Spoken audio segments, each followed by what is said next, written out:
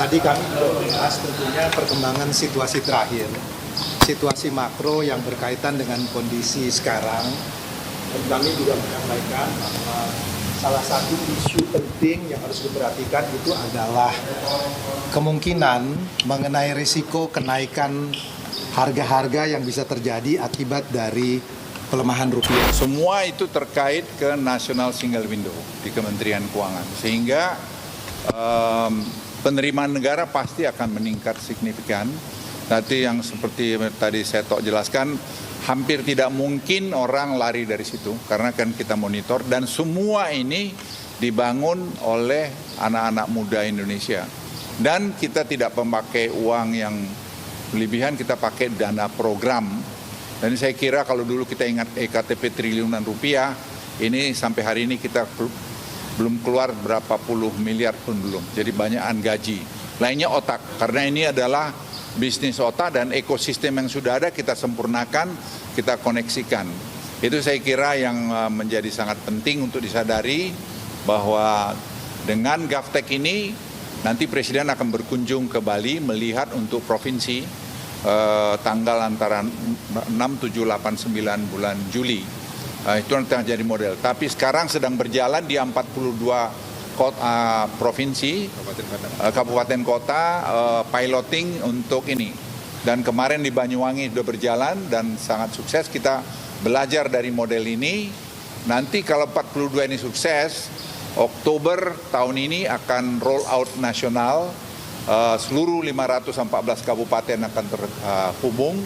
Dan kemudian tadi Presiden juga kami lapori, nanti semua BUMN, baik Pertamina apa semua, akan semua berbasis AI.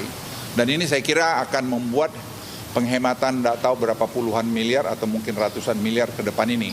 Ini bukan hal baru, kita tidak meng-hire orang, kita mengerjakan pengalaman kita sejak mulai COVID yang lalu dengan Peduli Lindungi, e-katalog, Simbara, dan seterusnya.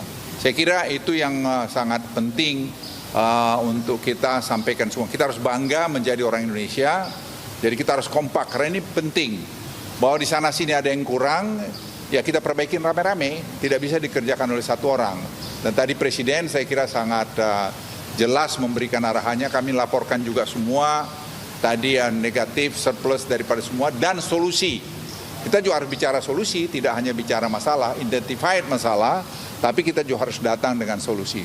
Saya kira dari segi makroekonomi, mungkin Pak Dedek mau nambahin. Tadi kami juga membahas tentunya.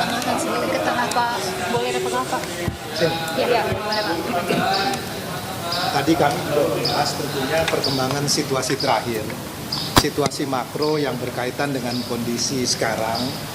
Dan kami juga menyampaikan bahwa salah satu isu penting yang harus diperhatikan itu adalah kemungkinan mengenai risiko kenaikan harga-harga yang bisa terjadi akibat dari pelemahan rupiah. Karena ini tentu akan berdampak kepada kelompok menengah bawah, dan apa yang harus dilakukan termasuk juga untuk menumbuhkan masalah confidence, masalah trust kepada pemerintah. Salah satunya adalah langkah-langkah yang dilakukan di dalam efisiensi anggaran, termasuk salah satu diantaranya di dalam kaitan dengan MBG. Saya kira Pak Firman mau bicara lebih detail mengenai ini. Terkait dengan situasi ekonomi sekarang ya. Mungkin yang pertama yang kami sampaikan kepada Bapak Presiden bahwa fundamental ekonomi kita dalam kondisi yang baik gitu ya. Bahkan jauh dibandingkan dengan kondisi krisis 1998. Selain dari indikator-indikator makro seperti pertumbuhan yang masih tinggi, inflasi yang masih stabil, salah satu yang kami highlight perlu waspada terhadap ketidakpastian ekonomi global. Dampak perang ini sepertinya lebih tinggi, lebih lama dari perkiraan kita. Kemudian ada faktor pelemahan rupiah. Tadi Pak Dedek sudah sampaikan dampak perang ini kenaikan energi global dan kemudian pelemahan rupiah ini bisa berdampak pada kenaikan biaya produksi dan distribusi.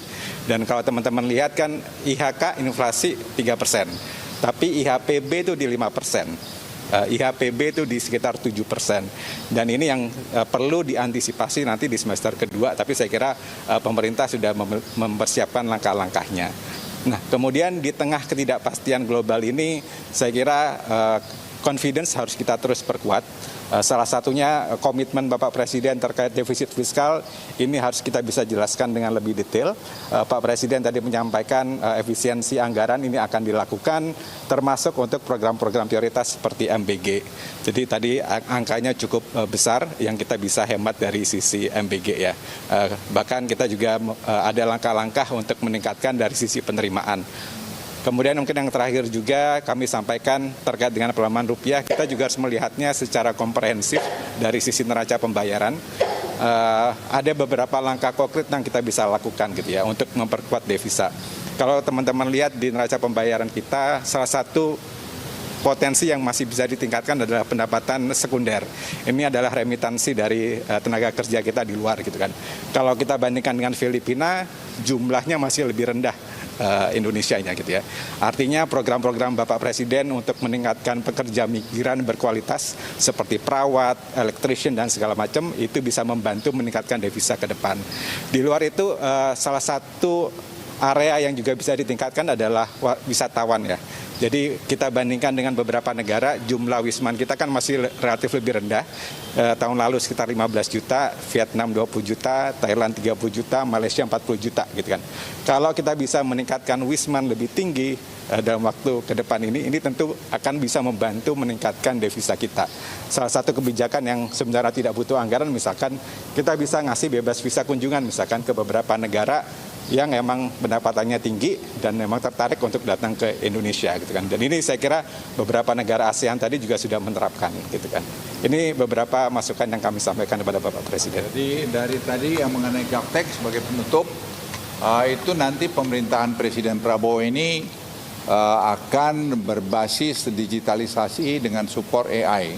Oleh karena itu kita melihat bahwa dalam waktu tidak terlalu lama kita akan punya digital single ID. Mungkin akhir tahun ini akan ada digital single ID yang mengakibatkan semua bansos atau direct cash transfer itu akan targeted. Jadi akan sesuai dan itu akan menghemat angka cukup besar tadi berapa angka mungkin beberapa bisa cukup besar angka yang dihemat dan saya melihat nanti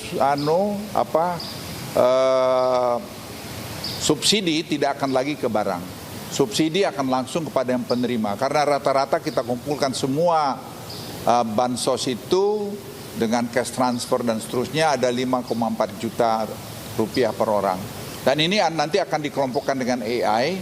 Nanti bahkan dengan kita akan bisa mendorong untuk membuat UMKM dengan tentu memberikan core yang baik karena orang ini sudah bisa dipantau dengan jelas latar belakangnya karena tadi government teknologi. Jadi ini satu pemerintahan yang berpenduduk hampir 300 juta orang pada awal tahun depan yang pertama menggunakan digitalisasi berbasis AI. Ini saya kira satu keberanian tersendiri karena tadi seperti singgung semua akan bisa dimonitor dengan sistem ini. Dan sekali lagi sistem ini dibangun oleh anak-anak Indonesia. Saya kira itu dari kami. Terima kasih. Pak, kalau soal rupiah gimana sih Pak? MBG, upaya menguatkan rupiah itu kalau dari Den gimana sih Pak? Ya sudah tadi Pak Dede sudah jelaskan, kita banyak sekali dan tidak perlu terlalu berkhawatir berlebihan. Ya kita perbaikin di sana sini. Tadi digital ini akan saya kira menjawab deep state. Deep state concernnya Presiden itu akan terjawab banyak dengan sini. Tadi saya laporkan secara khusus mengenai itu. Karena apa? Misalnya kami sudah coba dengan OSS, itu 1.600 halaman dibaca hanya 30 detik oleh AI dan sudah langsung dengan komentarnya. Dan ini saya pikir akan kita kembangkan terus dan sekarang tim masih melakukan penelitian dan exercise mengenai ini dan Presiden nanti ninjau pada tanggal 6, 7, 8, 9 bulan Juli itu akan ketahuan semua. Tapi dari sekarang kami sedang melakukan tadi piloting di 42 kabupaten kota. Kalau Anda mau cek ke sana silakan. Anda nanti bisa kita berikan contoh face recognition. Anda berhak atau tidak berhak untuk mendapat misalnya bansos. Ya. Kalau soal penataan MBG Pak Luhut seperti apa tadi yang dimaksud dengan? Saya kira penataan MBG kita jangan bertengkar lagi mengenai itu barang baik. Tinggal pengelolaannya saja yang tentu kita perbaiki. Jadi Tadi Presiden sudah memberikan arahan, bukan hanya arahan, dan kami juga merespon dengan melakukan penelitian. Survei yang dilakukan tadi dengan sangat kredibel, 3% margin of error-nya, dan saya pikir tinggal tadi kita tata dengan baik. Langkah seperti apa yang disarankan oleh Den untuk bisa mengefisienkan anggaran dan Sudah efisien, sekarang anggaran cukup efisien. Kalau targeted semua saya kira akan lebih efisien lagi ke depan. Dan tadi kami juga minta Presiden untuk Dewan Ekonomi melakukan monitoring dan evaluasi setiap ini dan melaporkan pada Presiden. Setiap apa itu Pak monitoring dan evaluasi? Ya, ini kita lakukan berkala seperti tadi kita survei yang kita lakukan itu. Ya, terima kasih. Terima kasih Pak Luhut.